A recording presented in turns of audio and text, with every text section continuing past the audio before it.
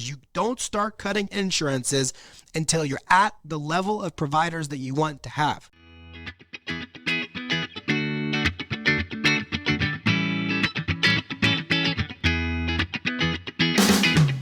Welcome back to the Millennial Dentist Podcast, a podcast all about working smarter, not harder. Pushing dentists to go beyond dental school dentistry and build the practice of your dreams. Here is your host, the millennial dentist himself, Dr. Sully Sullivan. Welcome back, everybody, to the Millennial Dentist Podcast. I am super stoked to be here with you today. Hot take today. Lots of hot takes. Here's my hot take. We've got to get rid of this idea that insurance is the problem and that everybody needs to figure out how to get out of network as fast as they can because it's holding you back.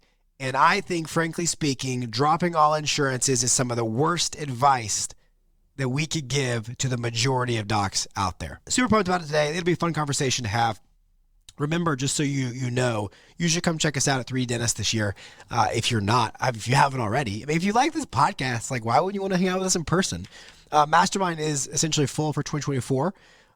So we are booking out for 2025. So that's what you want to really get involved in because it's really fun. And that starts in January, a year from now in 2025. So go ahead and make that happen. Plus you can get like a monthly payment plan for like 2 years. And so you won't even know it costs any money. Oh, the other thing I'm supposed to remind, the summit. Thank you. That's important. That is in May, Cinco de Mayo, right around there, Nashville, Tennessee, our second annual Practice Growth Summit. So if you're like, hey, I'm not quite ready for that kind of big commitment, but I want to do something fun, go to Nashville with the team, please come to the summit. Okay, let's jump into this. So this all started with me hearing a podcast, not a podcast, me seeing a Facebook post on December 21st. And I'm like done with work at this point for Christmas. So I was like, well, I got nothing better to do to sit here and have a battle, essentially. And the post was from Lance. Lance seems like a great guy. Here's how to drop Delta when they are 60% of your practice. And so, it's kind of like clickbait, right? Like, here's how you drop Delta when they are 60% of your practice, ...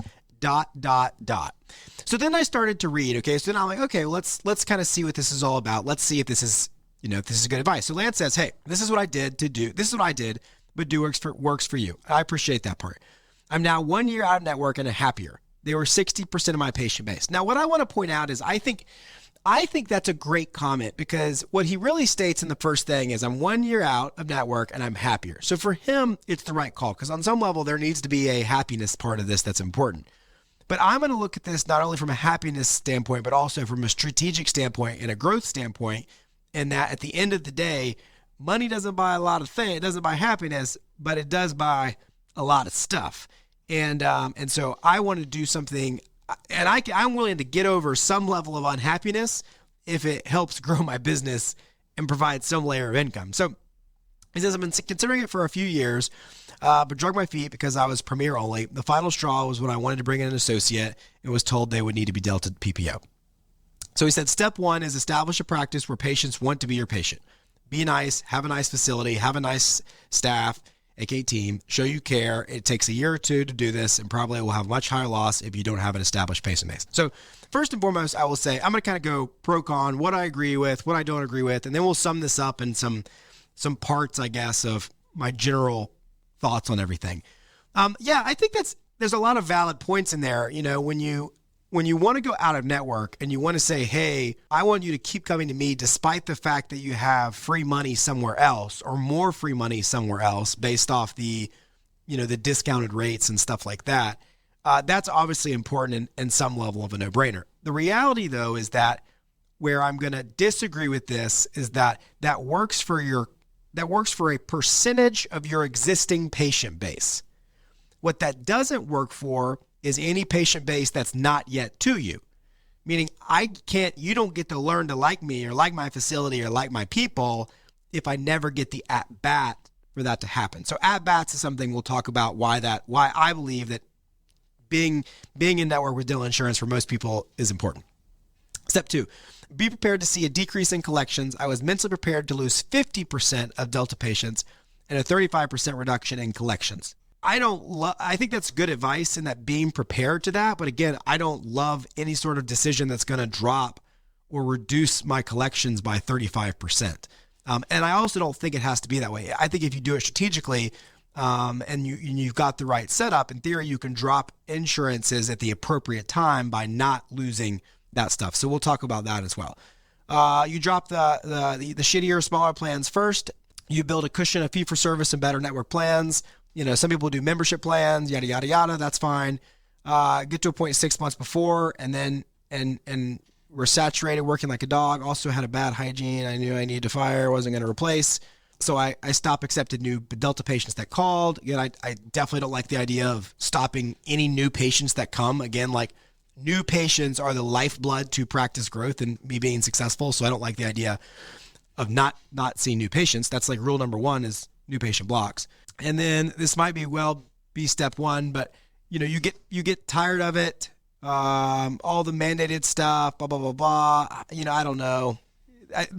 Ultimately what happens here is there's a straw. You get ticked off and you make an emotional decision and you got a network. Now, again, he's happier. I'm happier for him, but I do want to talk about some of the ramifications. And then look, I'm not trying to point out this is a right or wrong decision for him. I'm just trying to have more constructive conversation that's not emotional about the ramifications of what it can look like or not look like to a practice. That's ultimately my intention. So, okay, so what he says, he wraps this up and says, and the last one, step 9, don't take it personally and wish patients well. Leave the door open for them to come back. And that I agree with, because some patients are going to leave and then they may come back after they experience what else is out there.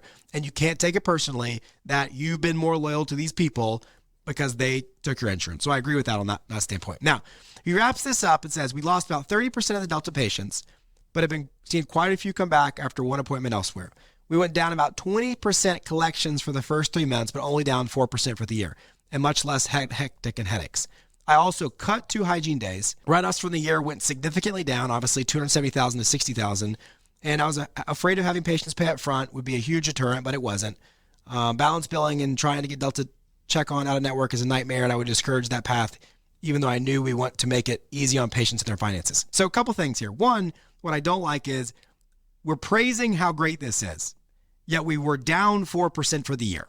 I don't know about you all, but like I don't call that a financial success. And again, I'm not being disrespectful. I don't want to say it, but I'm calling a spade a spade. Like I'm in the business of growing a practice, not and again that's the framework, right? The framework of this is that I think that if you're in growth mode or you're trying to grow your practice or be more successful in like a money region, this is a bad decision. Obviously, he's down 4%. The other part of it is it stunts growth because I also cut 2 hygiene days. So now I can't employ someone less. I may have to move someone to part-time. Then if I can't offer a full-time job, maybe I lose an employee. I'm in the business of trying to grow people and grow opportunities. So like I don't want to cut down that. And then the other part of this is what they would clearly say is balance billing and trying to get the Delta check out of network is a nightmare. And I would discourage that path, even though I know we want to make it easy on patients and their finances. And so my point is that even when you go out of network people, you still have to necessarily deal with insurance unless you're going to go fully fee for service where you don't even bill for the patients now, or you do that aspect of it where you're not just collecting everything up front, which then is even going to put another wedge into patients. And by the way, we're moving into a time and place, I don't know if you're feeling this or not, where like it is getting harder and harder and harder to get patients to say yes to dentistry because it's a tougher economic times in the surrounding area. We're going into an election year. There's a lot of unrest, unnoticed. Like now is not the time, in my opinion, to be making it to where more patients have to pay out of pocket up front. Like I just don't want to do that. So then naturally people start saying like, oh, this is great. Like blah, blah, blah, blah. And then I come in and I'm kind of like there's 285 comments, so you can go read them if you want. In this thread post. But I have a couple follow-up questions now that I got fired up. Which practice do you want? Both practices have a 60% overhead. Do you want a $2 million practice that's insurance-based or a $1 million fee-for-service practice? $2 million insurance, $1 million fee-for-service, they both have the same overhead. Because at some level, that's what this person's saying is that what happens is that when I cut out my insurance, I'm going to limit the patient flow in my practice. And when I limit patient flow, that has a negative impact on my collections. Because at some point they run out of the dentistry or don't want to say yes to the dentistry. So let's start looking at some big picture scenarios. Number one is at-bats. We've got to have at-bats to present comprehensive dentistry because most people won't say yes. If your case acceptance is 80% or 90%, it's too high. You're not truly presenting comprehensive dentistry. It's impossible. Most patients can't afford that, whether they have insurance or not, and most patients aren't interested in comprehensive dentistry. So in order to get to a level where you are starting to do more advanced and comprehensive style dentistry, you've got to have at-bats. Because whether they're fee-for-service or insurance, the majority of patients won't do it. So what you'll see in Sullivan Dental Partners is you'll see 80% of our patients probably have insurance. Probably 70% have, or 60%, probably 60 to 70% have an in-network insurance, yet our collections is only 30% of our practice. So let me back that up. Again, 80% of our patients have insurance, 30% of our practice is actually insurance by collections. So what that tells you is that for every insurance dollar that the insurance pays, I'm not good at that kind of math, but you get what I'm saying, is that if the majority of the money that's coming into our practice isn't insurance based, it's fee for service based. It's just coming from the patients who got here by the nature of their insurance. It's the at bat that is so important. And we can't just go out of network because then all of a sudden we're going to cut these down. Now, I'll talk about as this episode goes on, when do we start dropping insurances? Because I'm not advocating by any means that you go in network with all insurance and you keep them forever. Gosh, no. But there is a rhyme or reason to when you do that. And I think for Lance, it may have been that case. Again, I'm not discounting what he's saying. I'm just trying to make a more advocated approach that I think is probably better for the masses who are in a position where they're still trying to grow their practices and or make more money. So someone that says to me, I've heard this argument many times over, but it's not the correct scenario. Offices don't change collections like that and keep the same overhead. I've had my office do $950,000 with 44% overhead after debt service and $1.75 million with 54% overhead after debt service. And it only went up by dropping insurances. The growth wasn't from dropping insurances, but gave me time focusing on improving aspects of office to reduce overhead. Now, here's where could not be more wrong. If that was the case, why would any of these massive corporations that are unbelievably successful on the business standpoint, like all these DSOs, whether you like them or not, why did they take all these insurances? Because what they know is they can build a model that works within the confines of insurance, but they need the at-bats to get the people in, and that's how you scale a business. Because it's very, very difficult to scale a business to a fee-for-service environment. So this is going to bring me to really my second point of emphasis here. And my second point is that you cannot start to drop insurances. You cannot start to drop insurances until you're at the level of the providers that you want to have for the practice. Because again, as soon as you drop insurances, you're going to start to nuke the new patient flow that you've got. It's going to completely start to fall down because inevitably those patients are coming because they got you on the insurance. And so then all of a sudden you don't have the same volume of at-bats for new doctors. And so being able to scale in any sort of matter and grow your business gets slowed down significantly.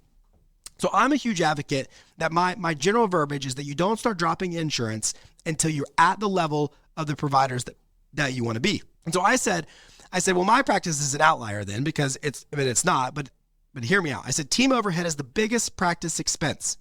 That's pretty obvious, I think, right? You may need 5 team members for 1 doc. You don't need 10 team members for 2 docs. So my point in this is that when you start to look at overhead, your biggest expense here is team. So for most solo doc practices, they're going to have somewhere between, say, 7 and 8 team members. I think that's pretty accurate. If they go to 2 doctors, now in theory, they have double amount of the potential production they can do with 2 providers because one can only produce so much. And if you've got a second one that can do the same, then it's double. I don't need double the team. So that's going to decrease my overhead pretty significantly relative to the overhead. And that's what we've seen has happened in our practice. Supplies should go down, right? Because in essence, I'm buying more. I have more power. The more volume I do, that's why the DSOs get the discounts they do versus I get the discounts I do versus the one doctor gets the discounts they do. So when you do that, when you buy more, they should go down. The solo doc should also now have time to do more advanced procedures advanced procedures are more profitable because they lower the overhead, because they're less time. You think about wisdom teeth, dental implants, root canals, ortho, specialty type dentistry typically has lower overhead and is more profitable. And you have more time to do that by growing your practice with more doctors, because now all of a sudden I've got multiple doctors to carry the weight of that. And so again, I can't do that if I start to cut days off hygiene, cut my days off bat. Like, it makes no sense. I mean, these are, in my opinion, these are factual type things. So now what I did say is I said, you are correct if you build a hygiene and bread and butter practice that only scales off volume. This is a really, really important fact, because what I'm not advocating is that you stay in network with all these insurances and you continue to just grow a hygiene-based practice and a bread and butter based practice. Because in essence, what I'm getting at is, if you go back to an episode not way back, but like maybe 10 or so ago, I talk about the value of an operatory. And all of us are limited in some level by the space of our buildings. And so if I only have so much square footage, that when I say yes to someone saying yes to a crown for $800, I can't put somebody in there that would say yes to a crown for $1,400. So if I'm only going to scale or grow my business based off a certain volume of procedures that are typically bread and butter based and or hygiene based, then I'm going to be better off getting rid of those insurances and starting to grow in that way, because at that point, I'm not doing the dentistry that allows me, where I need at-bats. I'm just doing it after the volume of the hygiene coming through, which is not a really good way to grow a practice anyways. Then you have to be like Walmart, and you've got to grow huge or have tons of practices in order to do that. I say, but what dentists should be doing is what corporate is doing. What successful groups like myself, which I think we're doing something well, is we leverage insurance to grow large practices that are based off insurance. And again, I mentioned this earlier, meaning our patient base is 85% insurance, but our collections by insurance is only 30%. People come for their insurance, but they spend so much more. And then I love it. I got to give Adam props here. He says, great breakdown on the real economics here. The insurance witch hunt has never been based off solid advice, more offices, but rather than vocal emotions of a few that are unhappy. And I think that's the reality is, it's like, look, I don't like it any more than you that I have to fight to get a crown paid for, that they write off that stuff. And at the end of the year, y'all want to complain about $200,000 in write-offs. We've got $1 million in write-offs. But it's all fake money, because without that insurance, that patient wouldn't be here. And so it's like, until I get to a volume that meets the providers that I'm at, again, go back to number one point, like take home point number one is you don't start cutting insurances until you're at the level of providers that you want to have. Because what I've done and what I make the argument for, and this gets kind of into like, I guess, some level of an advanced part of the topic, is that as you scale and you say, okay, well, Sullivan Dental Partners is now at 6 doctors. And then I say, okay, well, I want to start dropping insurances. You don't just drop the insurance, you drop the insurance by provider. So now Sully is only a network with Delta, but our practice is a network with Cigna, Blue Cross, and Delta. So that if I'm going to be doing the dentistry on them, I get a higher fee than if maybe one of the associates is doing it, who's still trying to grow their book of business. What I don't want to do is, again, shut off the new patient flow of at-bats that gets here that feeds the general part of the practice. So not only do you not start dropping insurances till you get to the level of providers that you want to have in your practice, but then you strategically, start to drop off those by way of doing it in an appropriate manner that scales the most senior or advanced doctor as far as techniques and skill set goes, because those patients typically don't care about his insurance as much because it's a less proportion. Let me explain that more. If you need a fixed hybrid denture, that's $25,000. Do you really care about your $1,000 in Delta Dental Insurance? Like, I'll give you that. I'll give you the $1,000 off. I don't care. So my patient base doesn't typically care as much. If you're getting 6 crowns done, 10 veneers done, your $1,000 doesn't mean much.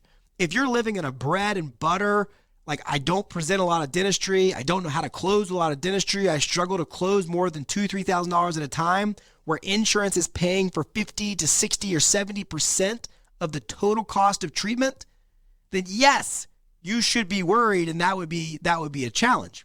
And then anyway, so kind of continue on this thread a little. I want to read some more posts. Jeff says, I'd argue that corporate needs to be in insurance networks as a way to try to get new patients away from locally owned practices that don't have docs fluctuating throughout all times. They would be at a disadvantage to be out of network in this solution. With all due respect to Jeff, I think we're putting a way too high of value on ourselves. And I think we've done this from, I'm a fourth generation dentist, and I hear my dad say stuff all the time, like our name means something or the legacy is important. And please hear me out. My legacy is and our name, it means everything to me. I've just seen time and time again a patient leave that was a 20-year patient, 3-generation patient, because they didn't like that they had to pay for something, or they didn't like that we dropped their insurance. And so this loyalty to us is in my opinion, very, very one-sided by and large. Now, I'm not saying there's not patients out there that are loyal to you. There absolutely are. But we overgeneralize significantly, in my opinion, the value that we have to our patient base outside of what we do as an industry. And that's that we're a dentist and that we clean their teeth and we fix their teeth. And that, yes, there are some friends, there are some family friends, but frankly speaking, I've seen the ones that are like, I remember one day, a patient that's been here for 15, 20 years, a long tenure patient. My dad actually saw this patient on Christmas Eve to fix a broken tooth one year. Well, I come in, I'm there, I'm the hard-headed or mean one or whatever. We start making them take x-rays. Can y'all believe this? We said, unfortunately, Mrs. Jones, we no longer going to be able to see you unless you take x-rays. Well, guess what happened? Stormed out, practice is changing, yada, yada, yada, left us like that. Went on Google, wrote a 1-star review, the whole 9 yards. And so, again, I disagree with this idea that corporate's doing it because they're so bad at dentistry, that they suck so much that they got an ever-changing revolving door of doctors, that they're doing it because the only way they get patients. Because that's just like, y'all aren't getting fee-for-service patients come to you all the time. Like, guess what? They're coming to you because of your insurance. And look, I'm not saying there aren't outliers out there, but if you're in a busy community and you don't take insurance, Nashville's, busy area. If you're in middle of nowhere, the advice may change. That's also part of the reason why I don't like these blanket statements on Facebook, because it's just not, I don't think it's the best for the majority. And the majority, the reality is we're not getting 30, 40, 50 new patients a month. And those of you that are like, hey, I'm booked out for 8 months, I don't want 30 new patients. You don't even, respectfully, I love you, but you don't even get it. You don't even get it. Because the new patient is the lifeblood of the practice. It's the lifeblood of the growth. It's the at-bat for the change. It's the new patient to take photos on, the new patient to talk about what you just learned. The existing patients will always be the ones that are challenging because we've trained them to be a certain way. And so every new patient is a new at-bat to do things in a new way and a new difference, and that's really important. And when you've got a patient that's been missing a tooth for 20 years and you've never talked to them about it, and now you want to put an implant in there because you learned how to do it, that's way harder than the patient that just walks in the door that's new, that you can now say, hey, have you ever thought about replacing that missing tooth? And like, well, no, my previous dentist never talked to me about it. And now I can start to have a conversation about doing more advanced and comprehensive dentistry. So, and I think most of these, I basically kind of say the same thing. And it all comes back to really what you're trying to do and where you want to scale to. And look, if Lance at the end of the day is comfortable being a 1-doctor practice, and that's where he's at his career, and he doesn't want to make more money, and dealing with the headache he's okay, then I'm fine with it. I just have a problem with this idea that if I go out and network all the insurances, I'm not going to have to deal with discomfort. And the reality is, y'all, that now I got to explain to the patient why I dropped their insurance. Now I got to explain to the patient why I don't take it, or why the out-of-network didn't pay for them. And then there's always going to be some level of discomfort that happens with owning a business and running a business. That's, I think, the reality of the story. And if you want to grow, because look, at the end of the day, if you're a solo doctor, which on some level, if we really want to get down to brass tacks, what I'm advocating is that I think that the solo doctor practice of the 90s and 2000s and kind of historical data is gone. And the reason I think it's gone is it's going to become very, very difficult to compete with. And you can may maintain it for another 10, 15, 20 years. But the reality is that for the bulk of us that are early in our careers, that will get phased out. It's just going to be too hard to compete. You can't compete with the prices. You can't compete with the supply cost. You can't compete with the team, with the benefits the team's members get, all these things. And so, and frankly speaking, if you're a solo doctor practice, you own your job. Why go to the headache of all the stuff that you have to do as a business owner to own your job, to make 2 or 3% more than what you'd make if you were an associate? And for some of you, make more money or the same amount of money. You make no difference in money. And so what I'm advocating, what I really want people to do is to understand the need that the way we compete, the way we grow, the way that our industry will thrive moving forward is that we understand that group practice is important, that we need to mentor new doctors and bring them in. And so that when you get to the point where you're like, hey, I'm at capacity, my next step is to drop insurance. I would argue your next step is to start running this as a business and to bring in another provider to help grow the business. And maybe you get out of network, but then they take the in-network patients, or you stop doing the dentistry that it matters whether it's in-network or not, meaning you stop doing the fillings and the crowns and you move on to more advanced dentistry that's more rewarding, that's more profitable, and you grow your practice in that way so that you actually own a business where when you leave, that business still runs. Where you go on vacation, that business still runs. Like we sometimes as business owners don't understand the value of having something that can run and see patients and flourish when I'm not there. Versus y'all heard me say this, how, my dad used to say the week between Christmas and New Year's is the busiest week of my year. And he had to work that. And I don't work that anymore because we've got people that are working, which is great. Yeah, here's a good point. I think so Dan says, how many days does the insurance-based practice have to stay open every week to reach 2 million compared to the insurance-free practice? I'd rather manage a staff of 6 people instead of 10. That is required to pump the volume. How many more patients are seen per month to reach that compared to an out-of-network patient? Well, part of this is that, again, we're missing the point.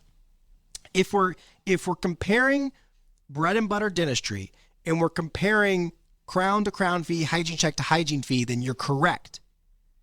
It is it's double the volume. If a crown costs $800 with Delta and $1,600 is fee for service, and I only do crowns, then the only way to get the same amount of production is to do double. What I'm advocating, which most people aren't doing, is you're not getting as much out of the practice patient as you could be because you're investing your time in trying to cut costs or trying to figure out how to get around to insurances when you should be figuring out how to invest in your communication, your buying process, and your skill set, so that now I can take that same patient that I'm doing an $800 Delta crown on him and also do an implant, a root canal, and Invisalign. And next thing you know, I'm not actually seeing any more patients. Like what would blow most people's minds is that my associates who are in it, by the way, they are insurance-based associates, right? They majority of patients they see are insurance, and they work one column. All our doctors here work one column, one chair. Sarah, we'll just call them A, B, and C.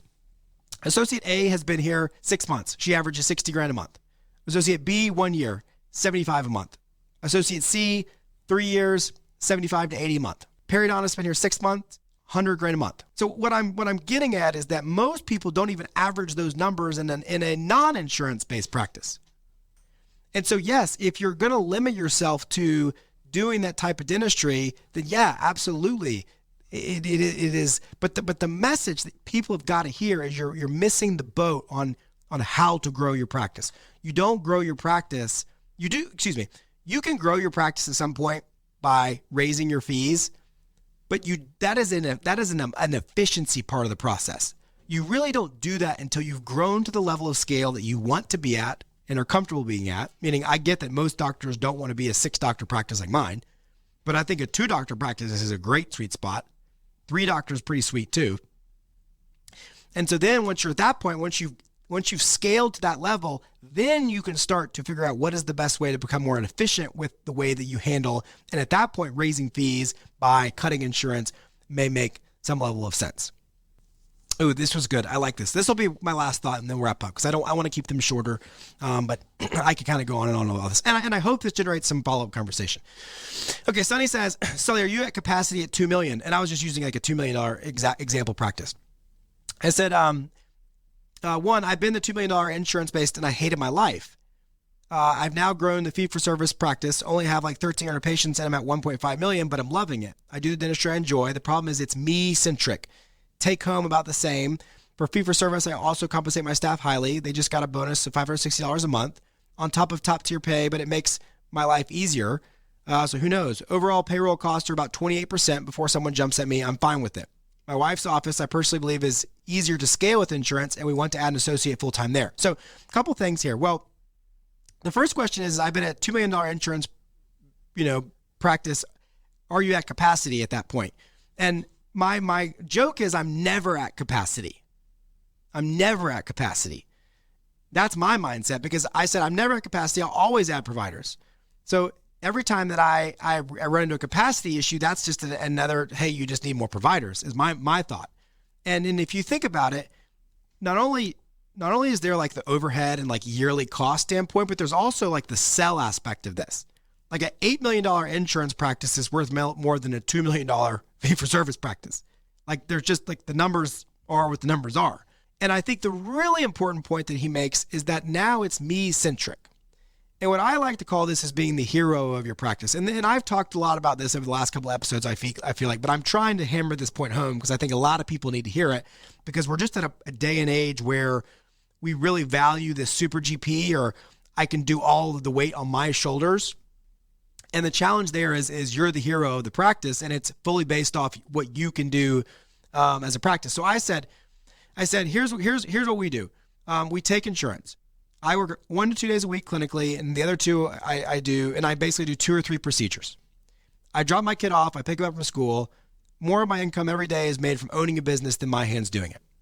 My argument is you are never at capacity. The whole problem with this discussion and argument is dentists don't view themselves as owners. They view themselves as an employee.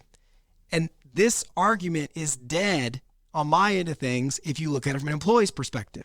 And if you have that view, then we'll always be better to take a higher fee than a lower fee. I'm here to help people that want to grow their business understand that their hands aren't the most valuable asset, but the brain is. And so I just want to kind of, again, recap some of this stuff. I'm not sitting here saying that you shouldn't ever drop insurance. I'm not saying that you should go and network with every insurance. I'm saying that when you talk about practice growth, at-bats are critical. New patient flow is critical. The best way to slow down a practice growing is to start cutting out the new patients. And if you take yourself out of network of all the insurances, you will naturally do that. If you don't have capacity to see these patients because you're booked out for 6 months in hygiene, that is the problem. You got to have new patient blocks in your schedule. Go out right now, 6 months from now, and start adding new patient blocks. That way you'll never have to deal with this issue of I don't have places to put people. You should always have a place to put people. Number 2, we keep insurances till we're at the level of the providers that we want to be at, meaning we've reached the scale that we're comfortable at and want to be at. Only at that point that then we start to cut down on the insurances and talk about how we phase out of the insurances, because we reach the scale of the providers and we can start to decrease the new patient flow, knowing that I'm at a level of scale that will reach that. The other caveat I want to add here is I do think there is a point where when I talk about insurance, I primarily mean the majority of the big players in the market. I'm not advocating that you stay in network with all these insurances that you're basically losing money. I'm not telling you that you should stay in Medicare or stuff like that. I'm advocating that there's reasonable reason to stay in network with the Blue Crosses, with the Deltas, with Cignas, some maybe MetLife. You start looking at the big players, there's a reason to potentially stay in with them. And if your practice is one of those practices that your insurance patients are high and your insurance collections relative to the practice is high, that's the problem. That's the problem. And so instead of starting to look at how do I get rid of insurance, is what I want you to start to figure out is, and this I think is the take-home point, the overall take-home point, is you need to go to your practice and you need to figure out how much of your collections is coming from insurance versus how much of your collections is coming from your practice. Because that's going to show you that, hey, I've got room to improve if my insurance collections is still a significant percentage of the practice collections.